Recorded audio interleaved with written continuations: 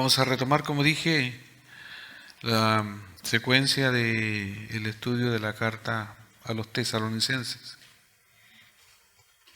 No sé si todos han estado desde el inicio del estudio de esta carta. Ya es una de las primeras que Pablo escribe a estas personas que estaban en la ciudad de Tesalónica, una ciudad que todavía existe y que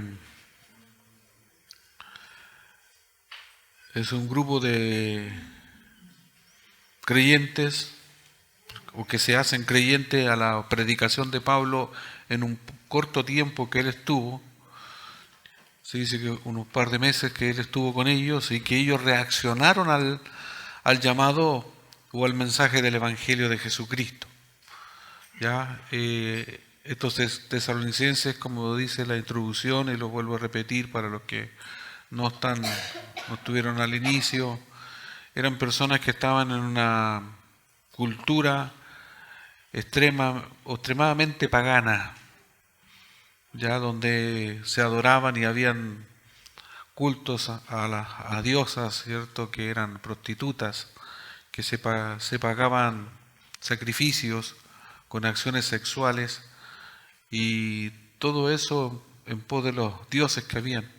Había mucha influencia porque yo les decía, un poco para imaginarse, como era una ciudad costera y había puerto, por decir como Valparaíso, ¿ya?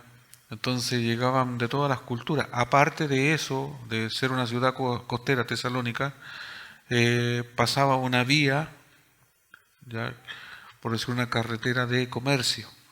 Entonces había mucha cultura, muchos que viajaban del Oriente, Medio Oriente, de todos lados, ya a lo que hoy día podríamos decir Europa y todo eso, relacionado también con la ruta de la seda.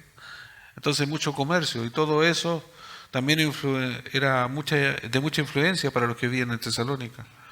Por decir, venían algunos con una cultura nueva, como decimos nosotros hoy, la nueva moda, de como nosotros vemos hoy las figuras, cuando hay muchas figuras, ustedes yo creo que todos se han dado cuenta de estos de adorno, ¿ya? Y que para nosotros puede ser una figura bonita, artesanal y todo lo demás, pero desde sus países de origen representan un dios, una imagen, de que algunos lo adoran. Yo siempre menciono esta figura de uno que se parece a mí, guatón pelado que sale así, ¿cierto? Que sale ahí, que se suponía que era vegetariano, ya el Buda, y lo adoran y todo eso, le encienden cosas para la buena suerte, y no sé, cosas como esas. Y por eso esto era una ciudad multicultural y todo eso. Entonces eran todos paganos. Y ahí llega el Evangelio, la buena noticia de que Jesucristo ya quiere salvar y quiere darle vida eterna, etcétera. Entonces, estos tesalonicenses toman ese mensaje a bien y reaccionan bien en fe, en amor, como dice ahí mismo en la Escritura. Pero hay un detalle en la cual ya estamos en el capítulo 5 que hemos estado viendo con respecto a la venida del Señor, o su segunda venida, donde esa noticia de que el Señor viene pronto, ¿ya?, ellos lo tomaron demasiado literal.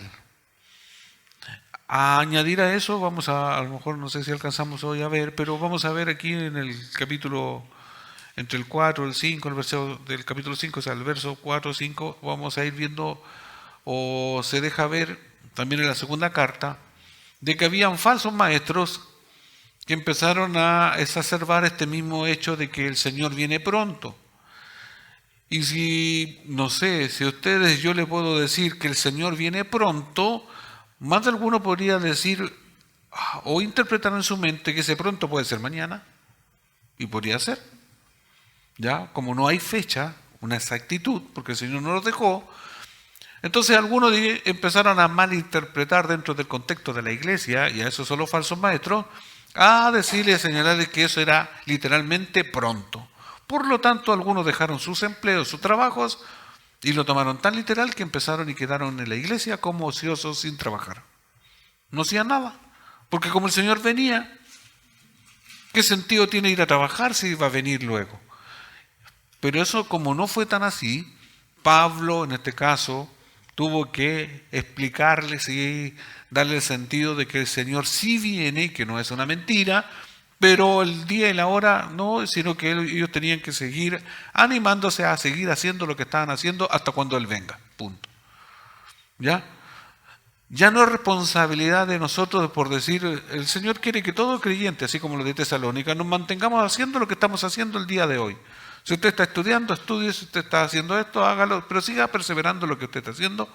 El tema de que si viene mañana, o no viene, o viene en 20 años, o no viene cuando, ya no es nuestro problema.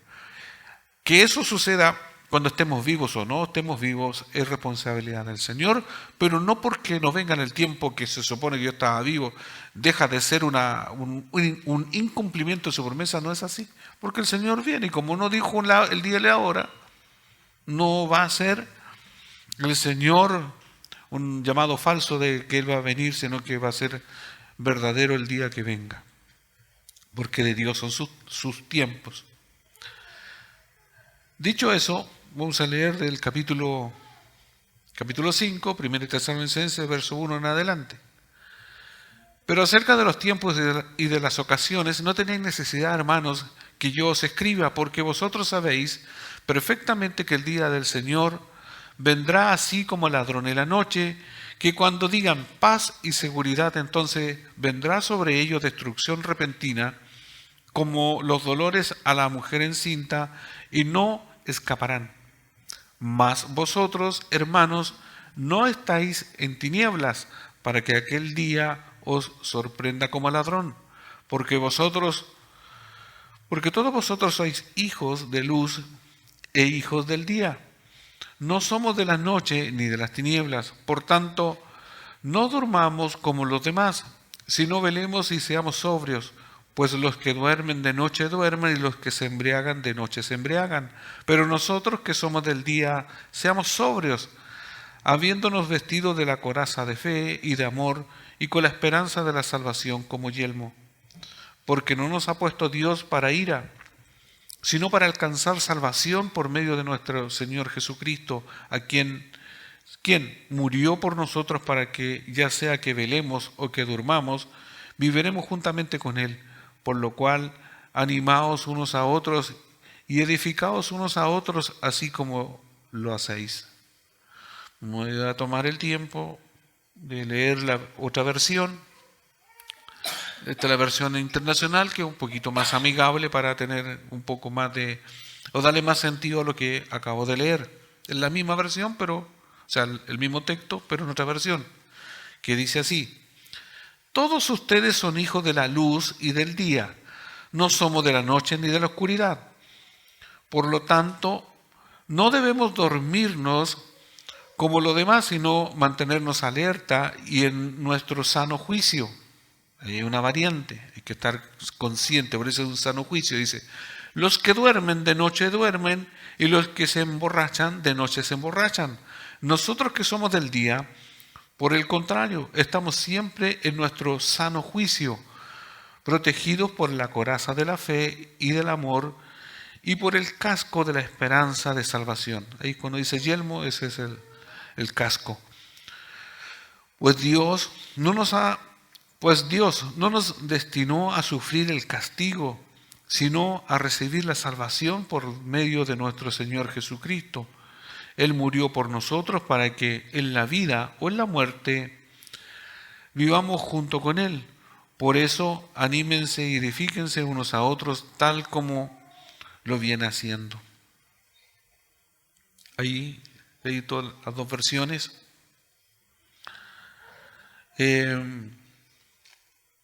Hoy nos tocaría ver solamente el verso 5, pero vamos a hacer una introducción a ese verso. ¿Ya? Dice, porque todos vosotros sois hijos de luz e hijos del día, no somos de la noche ni de las tinieblas.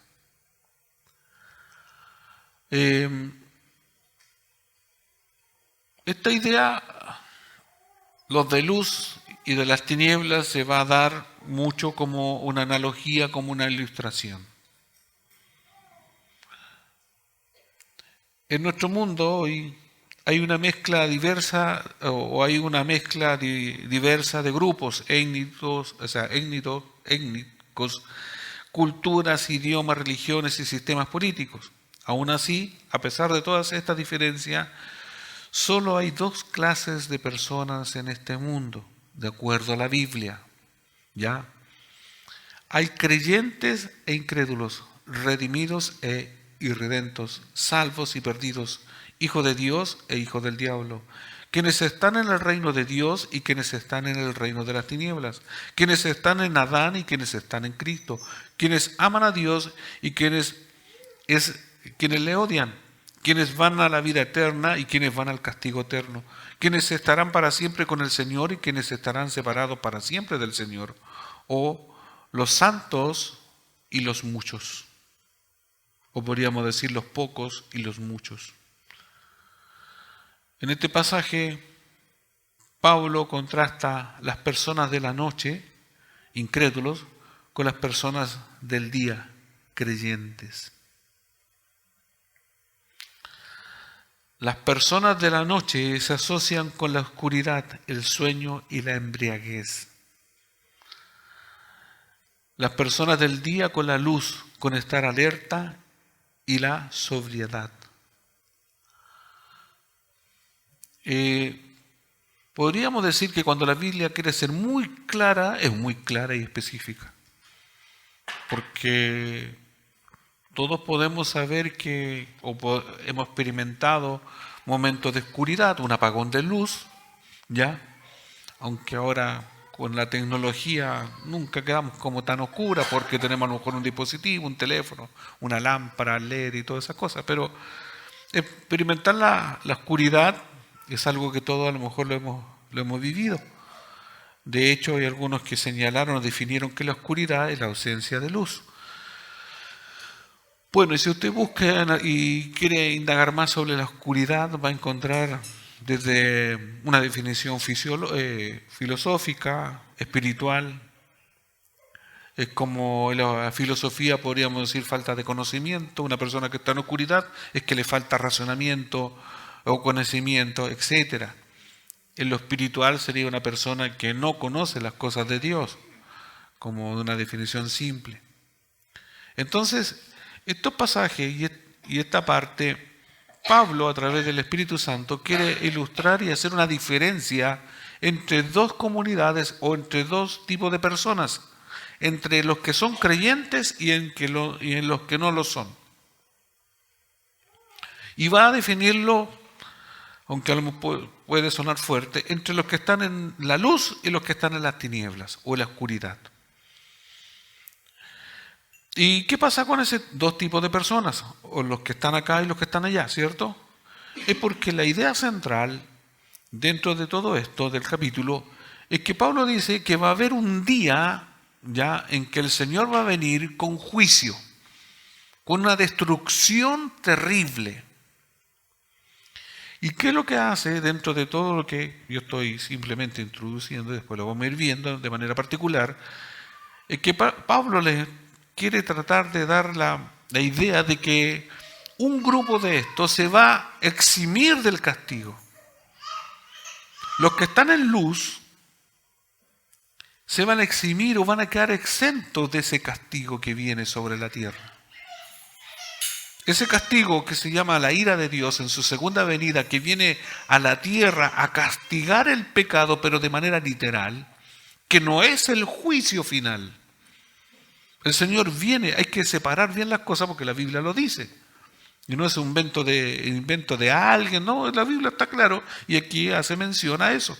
De que cuando venga el día de desolación, que son varios conceptos que hablan de lo mismo, para algunos que les gusta el cine, ahí está la tribulación, la gran tribulación, ya el juicio final, todas las películas a veces que tratan de dar una idea de esto, qué sucederá, que habla de una cosa terrible que va a suceder en la tierra. Y ya lo dije otras veces porque la Biblia lo dice, ¿cierto? Va a caer fuego del cielo, ya llámele estrella, meteorito, lo que sea, pero esta tierra se va a quemar. Ya se van a secar los océanos, van a haber terremotos, es una catástrofe mundial, universal, podríamos decir así. Y ahí van a haber personas que no necesariamente van a ser los creyentes. Van a ver, si alguno dice, pero van a ver, sí, van a ver, pero no está hablando necesariamente de la iglesia. Por eso Pablo viene diciendo que antes de que suceda eso, el Señor va a sacar su iglesia. Y ya lo vimos en el capítulo, al final del capítulo 4. ¿Ya? Que para algunos eso no es así, para otros que puede ser, pero mire, yo creo que va a ser porque no tendría razón de que el Señor, aparte de las tribulaciones que vivimos, los problemas que vivimos, todos nosotros vivimos problemas, cual más, cual menos, pero todo y durante todos los siglos el cristiano ha sido perseguido. Pero de la tribulación y de la ira de Dios que habla la Biblia, que va a ser al final en su segunda venida, es algo extremadamente más difícil y que no viene sobre los creyentes, sino sobre los incrédulos que están en tinieblas. ¿Se entiende la idea? Porque si supongamos todos nosotros somos creyentes y viene la gran tribulación, ¿de qué serviría que el Señor a nosotros, los creyentes, nos atribulen más o nos castiguen si el Señor ya pagó la cuenta sobre el castigo de nosotros? Nosotros nos merecíamos un castigo por nuestros pecados, así como lo merecen todos los que no creen. Entonces a nosotros sería como los va a recastigar, no tiene sentido eso. Entonces por eso Dios deja, aunque en la gran tribulación van a haber algunos, pero no toda su iglesia. Porque el castigo viene por los que van a negar a Jesús.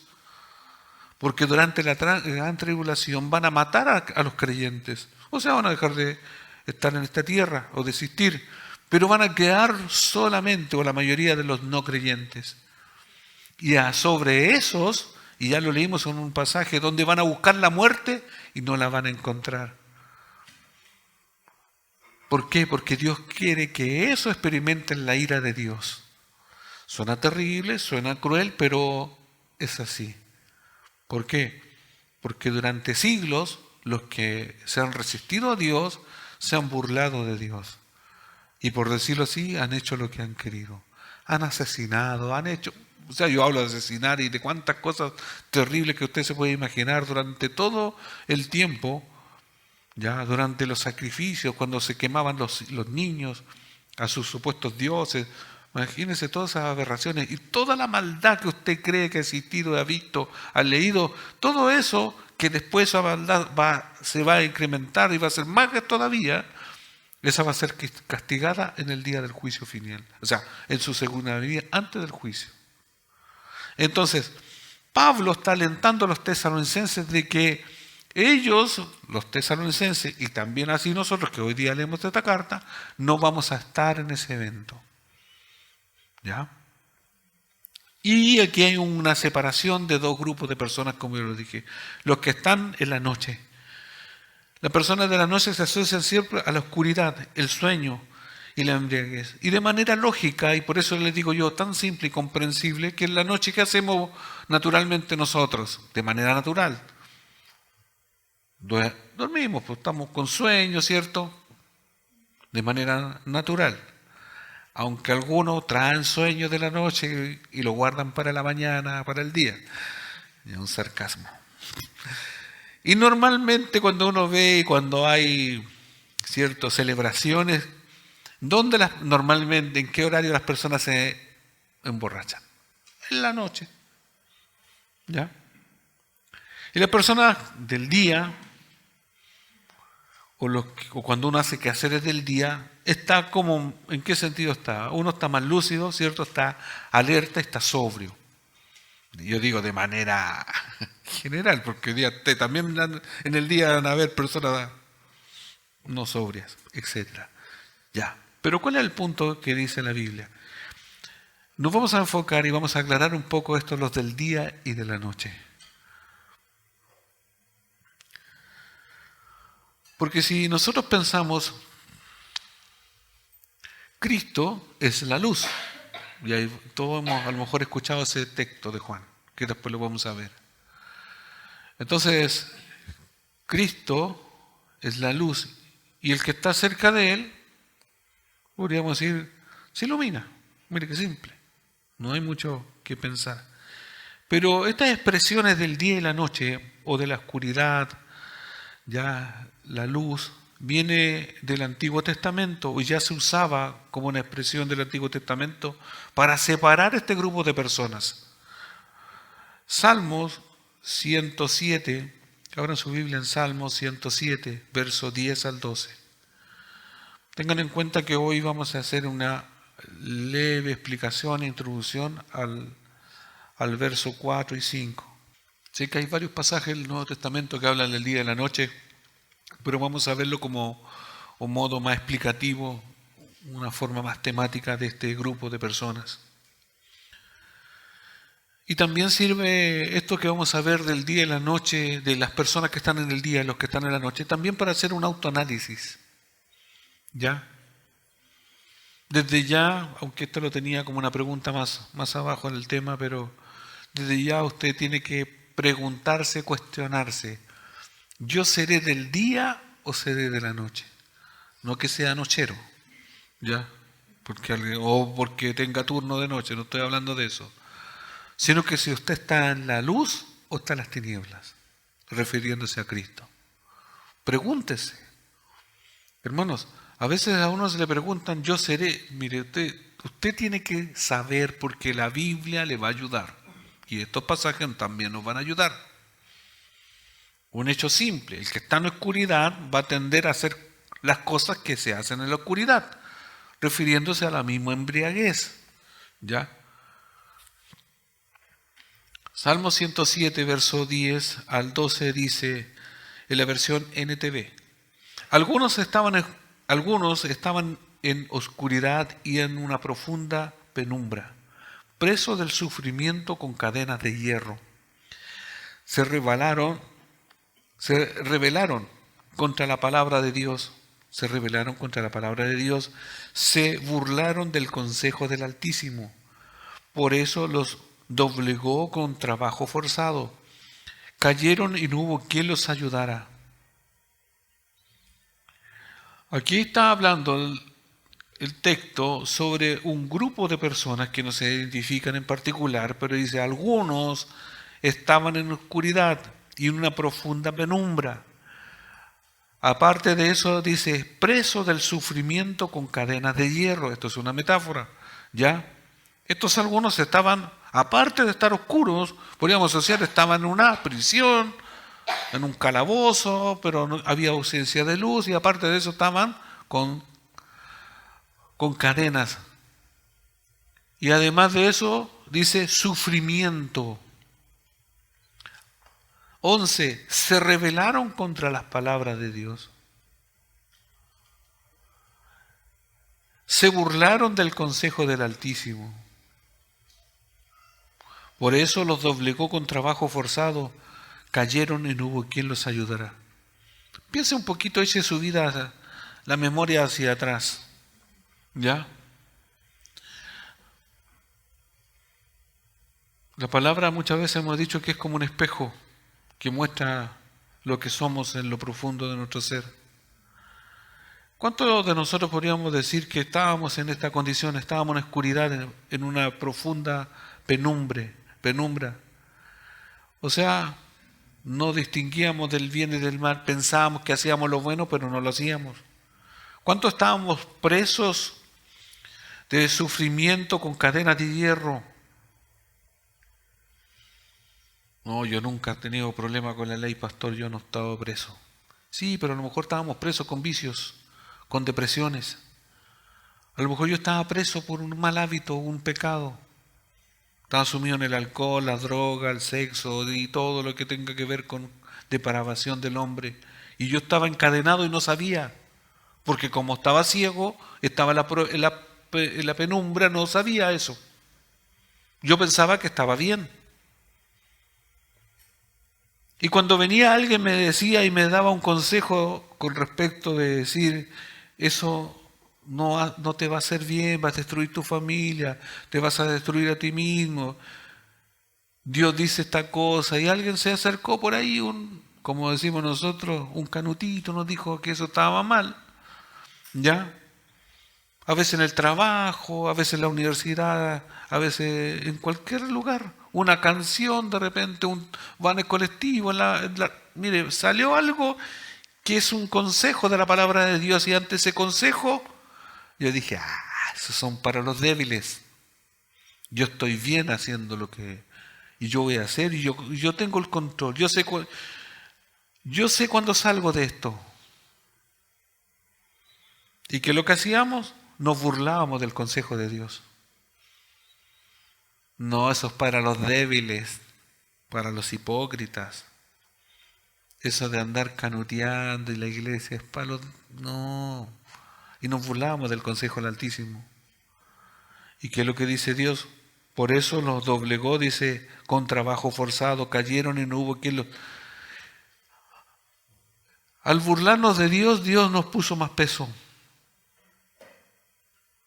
Porque de Dios nadie se puede burlar del pecado. El pecado lleva una cosa y la otra cosa a la otra y pecado tras pecado. Seguíamos hundidos. Pero ¿qué pasa aquí? Hay un contraste en el verso 13 al 16. El salmista muestra cómo Dios hace una transformación en aquellos que un día estábamos en tinieblas y en oscuridad. Hay algo que solamente Dios puede hacer y que a veces nos permite a nosotros clamar a Dios, aún no sabiendo a quién clamamos, porque no le conocemos. Dios nos da como una preconciencia para poder salir de ahí, de ese hoyo, de esa esclavitud, de esas cadenas de sufrimiento. ¿Por qué? Porque Él es muy rico en misericordia. Porque así como abunda el pecado, así sobreabunda la gracia. Aquel que está preso en la oscuridad, renegando de Dios, nadie le va a socorrer, solo Dios. Porque nadie tiene el poder de sacarnos de ahí, solo Dios. Solo Dios. A veces ni nuestra mejor disposición, ni nuestra mejor voluntad puede hacer que podamos salir de ese hoyo, de esa prisión de maldad, de las tinieblas. Solamente tiene que haber un poder que viene de lo alto, que es de Dios. Y lo explica aquí el Salmo 107 del 13 al 16, versión internacional. Dice, en su angustia clamaron al Señor y Él los salvó de sus aflicciones. En sus angustias clamaron al Señor y Él los salvó de sus aflicciones. ¿Cuántos de nosotros, en nuestra ignorancia y poco conocer de Dios, dijimos en su momento, Señor, sácame de aquí, líbrame, porque yo no puedo? El 14 dice, los sacó de las densas tinieblas y rompió en pedazos sus cadenas. Dios tiene ese poder de sacarte y cortar y quebrar, no sé cómo, hacer pedazos, dice aquí, las cadenas del pecado. Cualquier pecado que sea, cualquier adicción que sea, Dios tiene ese poder. La más densa depresión tiene respuesta en Cristo. Dice, Él rompió las cadenas, ¿cierto? Que den gracias al Señor por su gran amor, por sus maravillas en favor de los hombres. Haré pedazos las puertas de bronce y cortaré los cerrojos de hierro. Aquí hay una descripción ya del poder de Dios y es el único que saca al hombre del otro estado de oscuridad a la luz, a la libertad, ya a limpiarnos, dice, lo salvó de las aflicciones. Él tiene el poder de sacarnos de las densas tinieblas. ¿Se da cuenta que Dios tiene ese poder? Y por eso nosotros anunciamos a Jesucristo, ya sea con una invitación, ya sea con presentar el Evangelio. Porque en Cristo creemos y la Biblia lo dice que Él tiene ese poder. El que está en las tinieblas o en la oscuridad No sabe, porque la oscuridad no va a distinguir entre el bien y el mal. Y por eso los que estamos a este lado, por decir, en la luz, no es que seamos mejores que los otros, sino que porque Dios tuvo misericordia y podemos decirle a los que están en ese lugar que no les conviene estar ahí y que Dios los puede sacar y los puede rescatar. Usted y yo no tenemos el poder, pero simplemente tenemos ya la misión de anunciar que Cristo tiene ese poder. Podemos interceder, orar por los demás, y eso hacemos, pero Dios tiene ese poder. Isaías, como estamos hablando que esto se ilustra del Antiguo Testamento de la luz y las tinieblas, Isaías también describe la transformación de la oscuridad espiritual a la luz. Isaías capítulo 9, verso 2. Isaías capítulo 9, verso 2, versión NTV. Aquí hablando del pueblo de Israel, pero ilustra una verdad espiritual para el día de hoy. Isaías 9, verso 2 dice: el pueblo que camina en la oscuridad verá una gran luz. Para aquellos que viven en una tierra de densa oscuridad, brillará una luz. El pueblo que camina en la oscuridad verá una gran luz. ¿Y cuál? Podríamos hacer una pregunta al texto. ¿Y cuál será aquella luz? El mismo Isaías 9, versos 6 y 7 nos da la respuesta. Isaías 9,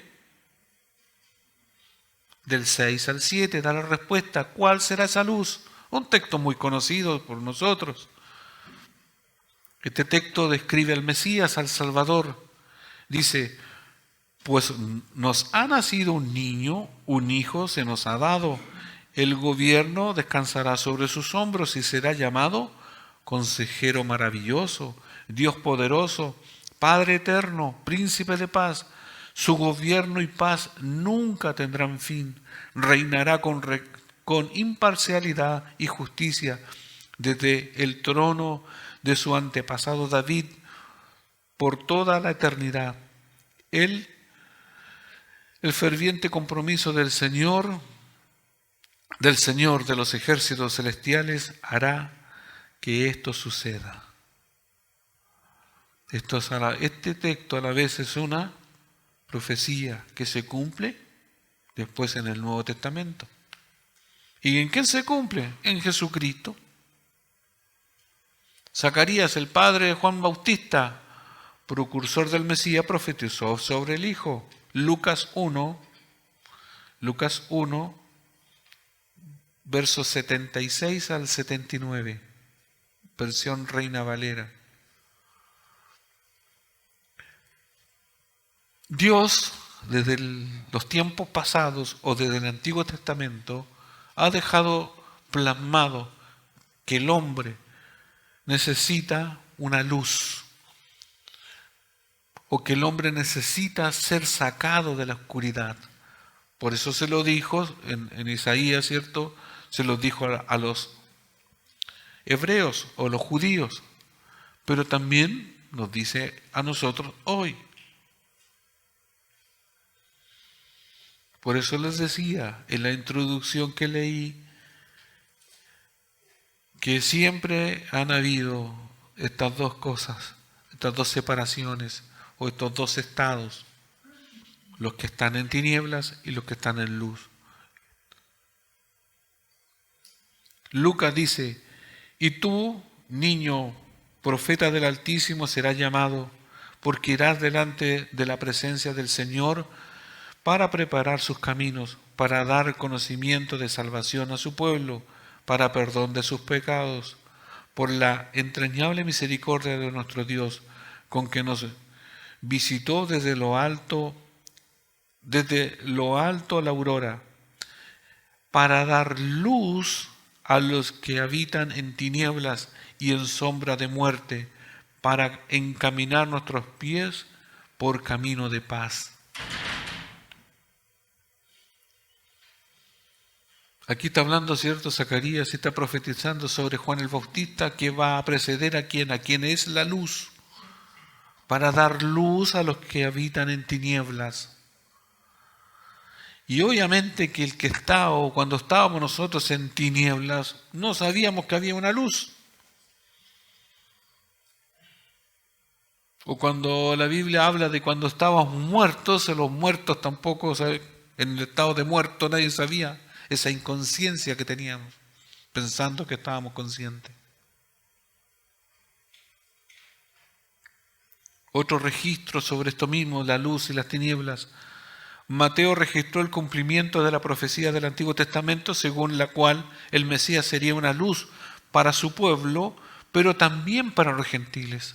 O sea, esa luz iba a ser repartida para los judíos y también para los gentiles. Los gentiles somos nosotros los no judíos. Mateo 4, del 12 al 16. ¿Por qué todos estos textos? Porque quiero también poner en claro de que hay una diferencia en este libro, en este pasaje de Tesalonicenses. Por eso estoy de manera paralela dando la idea de que existen estos dos grupos y que Pablo a los tesalonicenses está haciendo esa distinción. Están los que están en las tinieblas, que van a recibir juicio, y los que están en luz, que en este caso fueron los tesalonicenses creyentes, que van a escapar de este juicio. ¿Ya? Pero aquí vamos viendo que esto ha existido, existe hasta el día de hoy, de los que algunos están en tinieblas. Mateo 4, del 12 al 16. Reina Valera dice: cuando Jesús oyó que Juan estaba preso, volvió a Galilea y dejando a Nazaret vino y habitó en Capernaum, ciudad marítima en la región de Zabulón y de Neftalí, para que se cumpliese lo dicho por el profeta Isaías, cuando dijo: tierra de Zabulón y tierra de Neftalí, camino del mar, al otro lado del Jordán, Galilea de los gentiles. El pueblo sentado en tinieblas vio gran luz, y a los asentados en región de sombra de muerte, luz les resplandeció.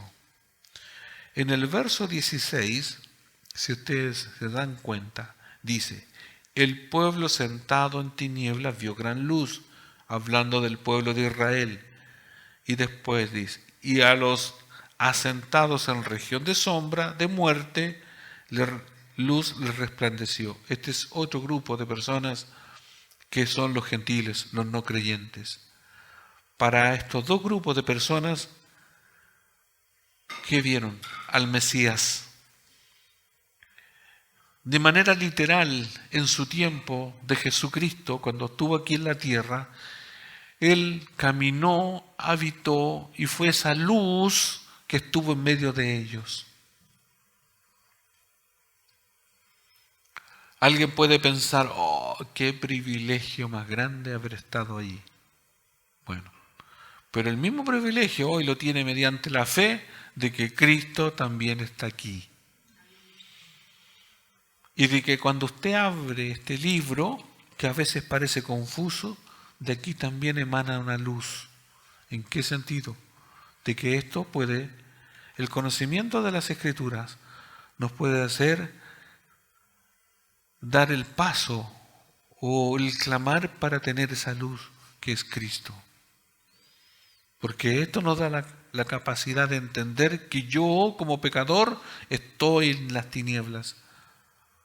¿Por qué? Porque hago las cosas que dice y se describieron recién. Los que están en las tinieblas hacen las cosas que se hacen normalmente en la oscuridad. ¿Han visto ustedes las películas o por ahí las noticias? Aunque hoy día se hace de todo, pero normalmente cuando se va a robar un banco, ¿qué se hace?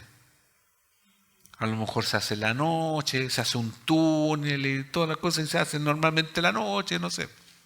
Yo digo ahora es medio relativo esta idea porque asaltan de día, de noche, ya como que el día y la noche les da lo mismo, pero generalmente, o las fiestas, ¿cuándo se hacen? En la noche. Aunque también ahora están las modas que se hacen de día, porque hay casamientos de día y todo eso. Ya. Pero el punto es ese, de que esa distinción, el día y la noche, Dios quiere que seamos del día, de la luz, porque Él es la luz. En Juan 8:12 dice, Juan 8:12, Jesús declaró, este texto más claro, por decirlo así, yo soy la luz del mundo, el que me sigue no andará en tinieblas, sino que tendrá la luz de la vida. Y dentro del mismo carta de Juan 3:19, del 12:35 y 46 también Jesús declara que Él es la luz del mundo. Yo soy la luz del mundo. El que me sigue no andará en tinieblas, sino que tendrá la luz de la vida. Por eso la Biblia dice, si estamos en Cristo, somos la luz.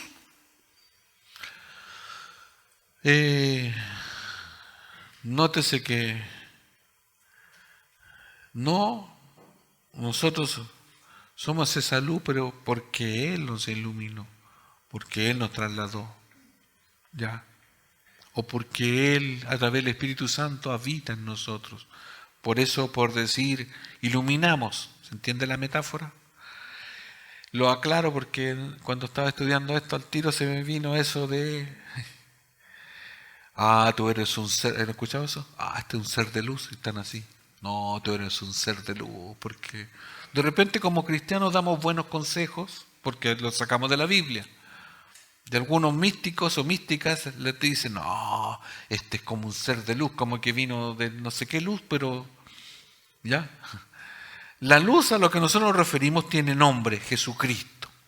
Ya no es una luz así como que un día estaba en la noche, vio un meteorito, lo que sea, y que se le iluminó una luz, ya. Un ovni, como llaman algunos, y todas esas cosas. No, esa es la iluminación que nosotros nos referimos. ¿Ya? La de nosotros es mejor. Es Jesucristo y está centrado en una persona. ¿Ya? Para que si un día le dicen a usted como un ser de luz, yo soy, porque Cristo, Él me sacó de ahí. Dicho un poco y leído esto de la luz y de este grupo de los que están en las tinieblas, los que están en la luz, yo puse aquí una pregunta. Y si yo me he autoanalizado y digo yo a lo mejor estoy en las tinieblas, porque hago cosas que se hacen más en la noche que de día y que pueden ser deshonrosas y que mejor no las puedo ni mencionar públicamente porque son pecados, me dan vergüenza. ¿Ya? Entonces podríamos preguntar, porque lo puse, ¿cómo pasa el hombre o el ser humano en general de las tinieblas a la luz? ¿Cómo alguien podría pasar ese estado? Pablo, delante de la presencia del rey Agripa, en el libro de los Hechos, capítulo 26 al 18, da un ejemplo ya de que Pablo en este caso era un instrumento elegido por Dios a los gentiles, a los que no eran creyentes, para anunciar el Evangelio, para que, como dice la pregunta, ¿cómo un hombre, cómo un ser humano puede pasar o ser transformado de las tinieblas a la luz? Hechos 26, 18. Hechos 26, 28, Reina Valera. Acuérdense, Pablo hablando ante el rey Agripa. Para que la obra, dice, para que abra sus ojos, para que se conviertan de las tinieblas a la luz y de la potestad de Satanás a Dios, para que reciban por la fe que es en mí perdón de pecados y herencia entre los santificados. La última frase es la clave: dejar la oscuridad del pecado y la incredulidad y pasar a ser una persona redimida del día.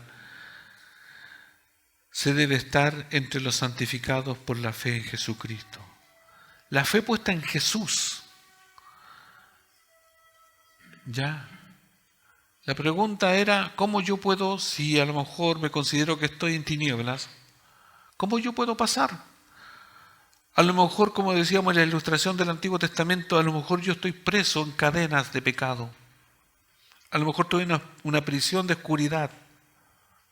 Me siento atrapado. A lo mejor alguien está atrapado en algo, pecaminoso que desagrada a Dios, ¿cómo puede salir de ahí? Poniendo su fe en Jesucristo, diciéndole a Cristo, perdona mis pecados, diciéndole a Cristo, Jesús, corta estas cadenas de pecado, corta esta adicción, corta esta fatalidad de familia, esta maldición, lo que sea. Perdona mis pecados. Porque Cristo siempre desafía a eso. Clama a mí y yo te responderé. Clama. Es un desafío a que nosotros, así como éramos detractores de Dios, en un momento le digamos, Señor, sálvame. Necesito de tu perdón. Porque me he dado cuenta que estoy en tinieblas. Todo este tiempo a lo mejor he vivido una religión, todo este tiempo no he estado con Dios, sino que me he hecho como simpatizante, hincha de Dios, pero nada más. Pero yo sigo tomando mis decisiones, yo sigo en mi vida, pero estoy en tinieblas. Entonces, ¿quién puede libertarnos? Cristo. Su fe puesta en Cristo.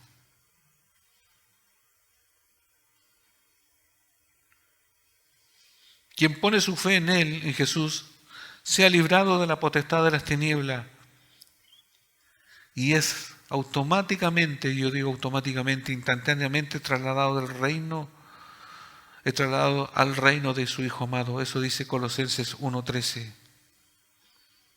Si usted está en una condición de oscuridad y clama al Señor y le dice, Señor, quiero ser trasladado, quiero salir de este hoyo, de esta oscuridad, etcétera.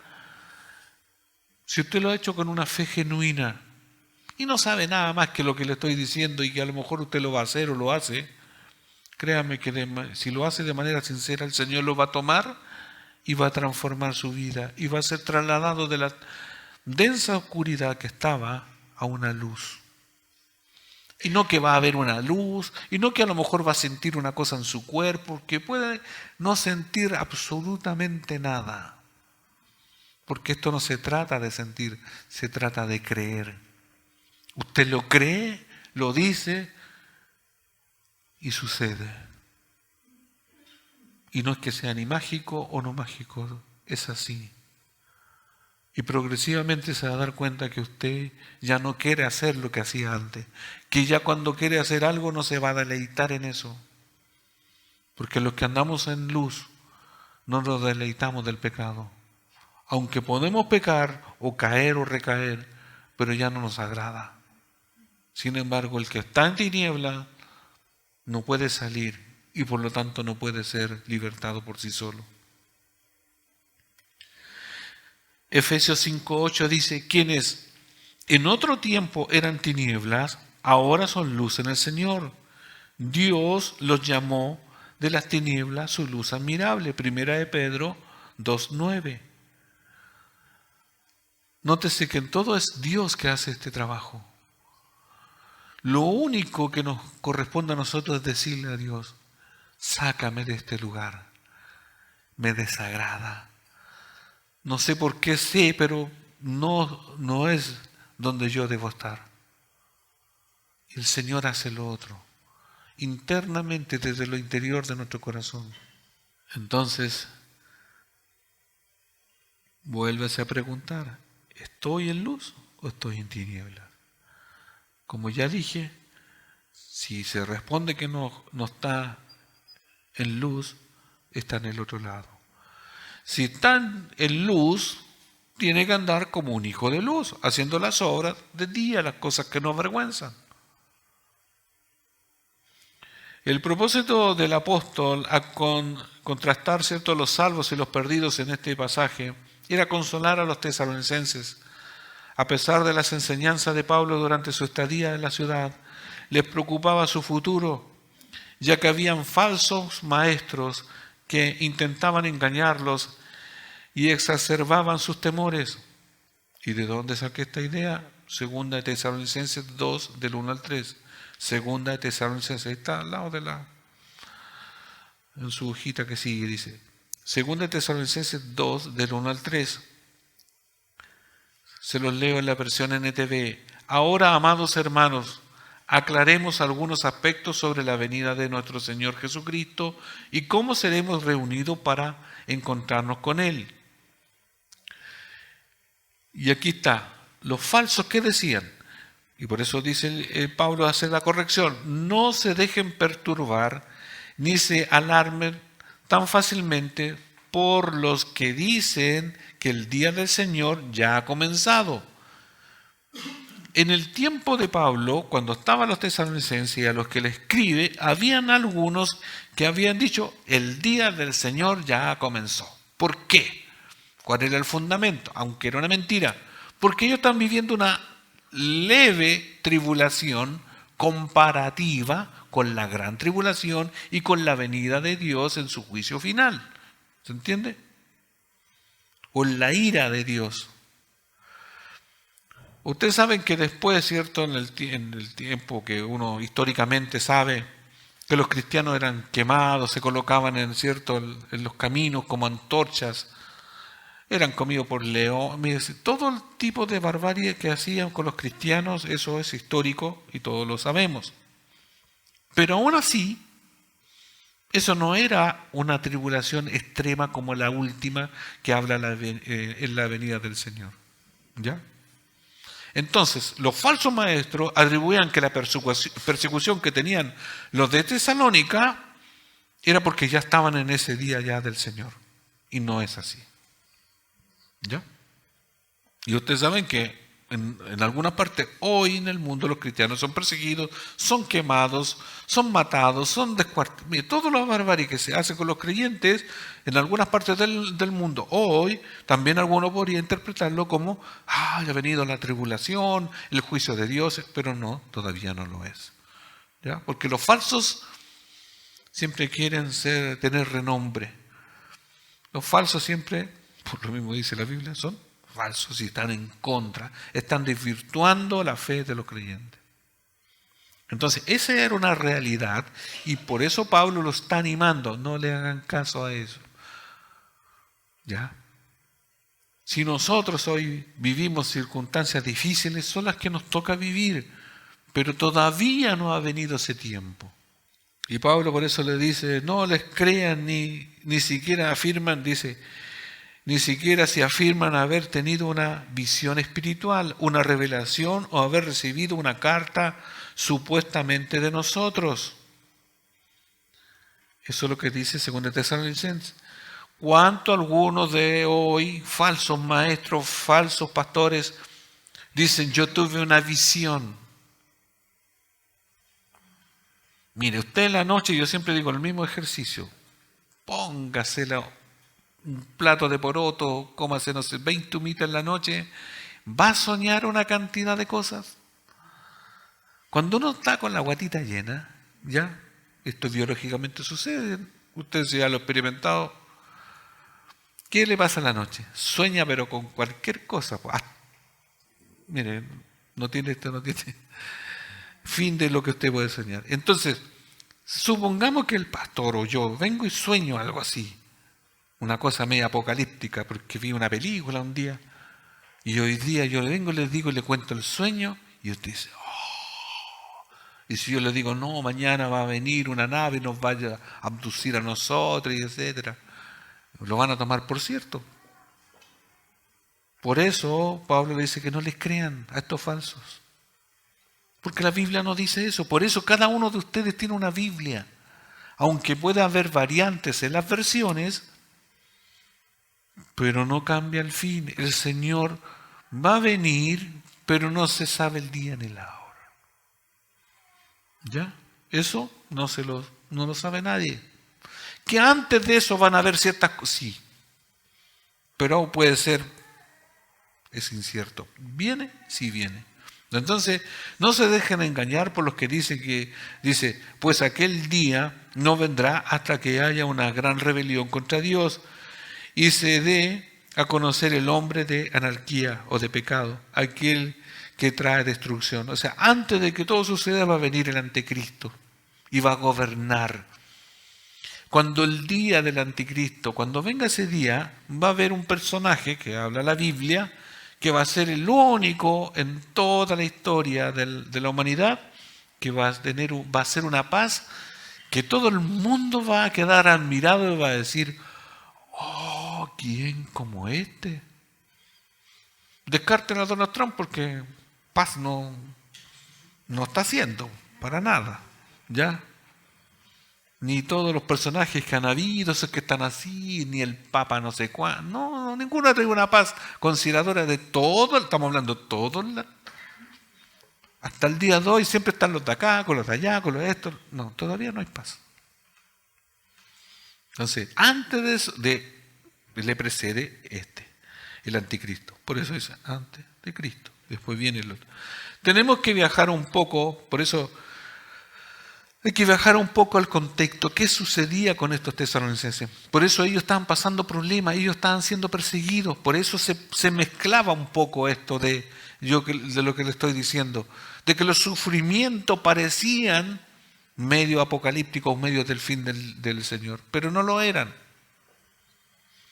En el libro de Malaquías encontramos un paralelo en el sentido de que también se había anunciado un juicio para Israel, pero Dios, que es inmenso y muy rico en misericordia, cuida de los suyos y no hizo que el juicio cayera sobre los escogidos.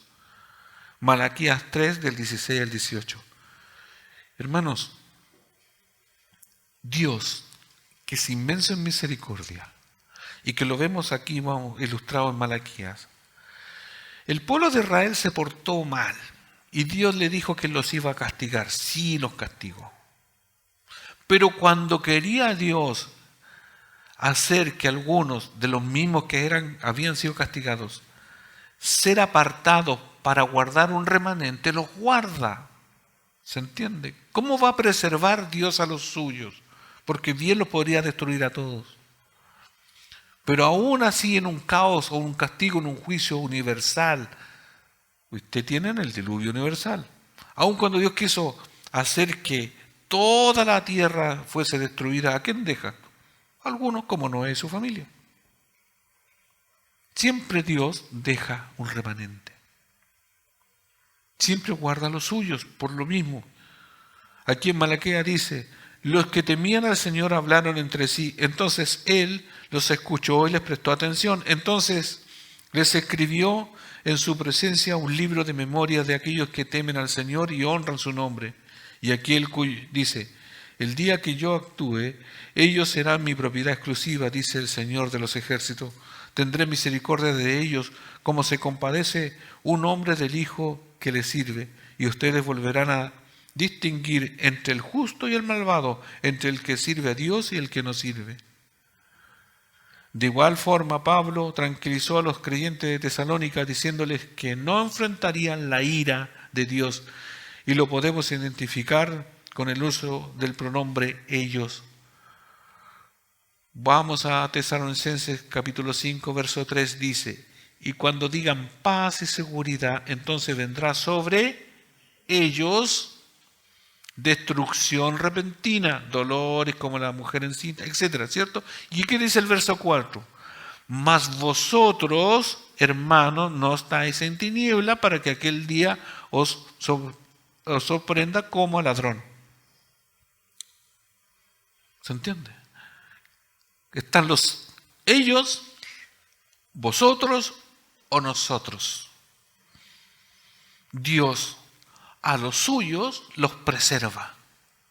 Aunque puede haber un tiempo de hacernos pasar a todos por una leve tribulación, siempre dice una leve, que para nosotros pegarse un martillazo en el dedo, ese ya es como el caos del mundo, pero es porque somos chillones, digo yo. Pero el Señor a los suyos los preserva siempre. Y eso es lo mismo que pasó hoy, pasa con Tesalonicenses, que pasa hoy con nosotros. Y eso nos hace estar tranquilos y seguros que lo que pasemos aquí no es comparado con lo que va a pasar con los no creyentes, con los que están en tinieblas. Por lo tanto, nosotros tenemos que seguir andando como hijos de luz, haciendo lo que el Señor nos ha encomendado.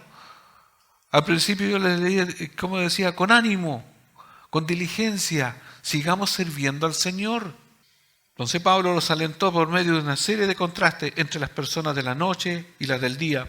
Pablo les dio una descripción multifacética de la diferencia entre los creyentes y los incrédulos y las implicaciones para cada uno relativa al día del Señor. Al hacerlo, el apóstol dejó claro que los temores de los tesalonicenses sobre el estar ya en el día del Señor eran infundadas. Los creyentes son las personas de la luz y no experimentarán la oscuridad del día del Señor. El día del Señor es un día que se describe como un día de oscuridad. Por lo tanto, el creyente no va a experimentar ese lugar porque Dios ya nos ha sacado de manera metafórica, o sea, de manera espiritual o de manera literal. No puede haber una contradicción en Dios. Y esto nos hace pensar que Dios quiere y desea que usted, si todavía está en tinieblas, Dios lo puede sacar. O lo va a sacar porque Dios tiene todo el poder. Si ya usted está claro que ha entregado su vida y está en luz, andemos como hijos de luz, haciendo las cosas que Dios ha preparado desde antes de la fundación del mundo. ¿Se dan cuenta cómo es Dios de misericordioso? Cómo es Dios que preserva a los suyos. Y que en todo esto vemos que la acción de Dios es la que permanece siempre.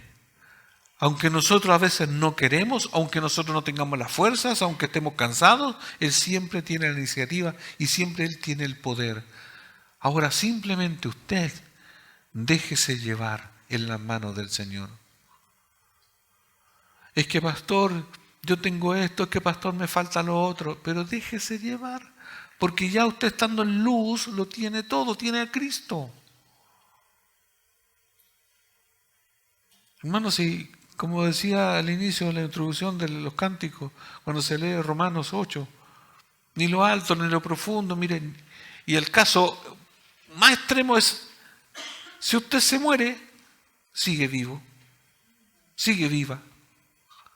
¿Cuántas veces lo he ilustrado? Si usted, es como lo peor que es que si se muere, usted va a ir a una vida eterna junto al Señor, porque si usted ha dejado las tinieblas, porque usted ha clamado al Señor, el Señor lo lleva a una luz y lo lleva a la vida eterna, con un cuerpo renovado, glorificado, mejor que el que tenemos ahora, un cuerpo que se deteriora. Póngase en pie para que oremos, terminando este ciclo. Solamente les voy a hacer un alcance, una recomendación. A mí no me pregunte si usted está en la luz y las tinieblas, yo no lo sé. No tengo un poder para saber eso. Pero sí, el que está en luz o en cualquiera de los dos lados se le nota. ¿Está claro o no? Cuando la Biblia dice que por los frutos, yo no puedo saber si usted va al cielo o no va al cielo.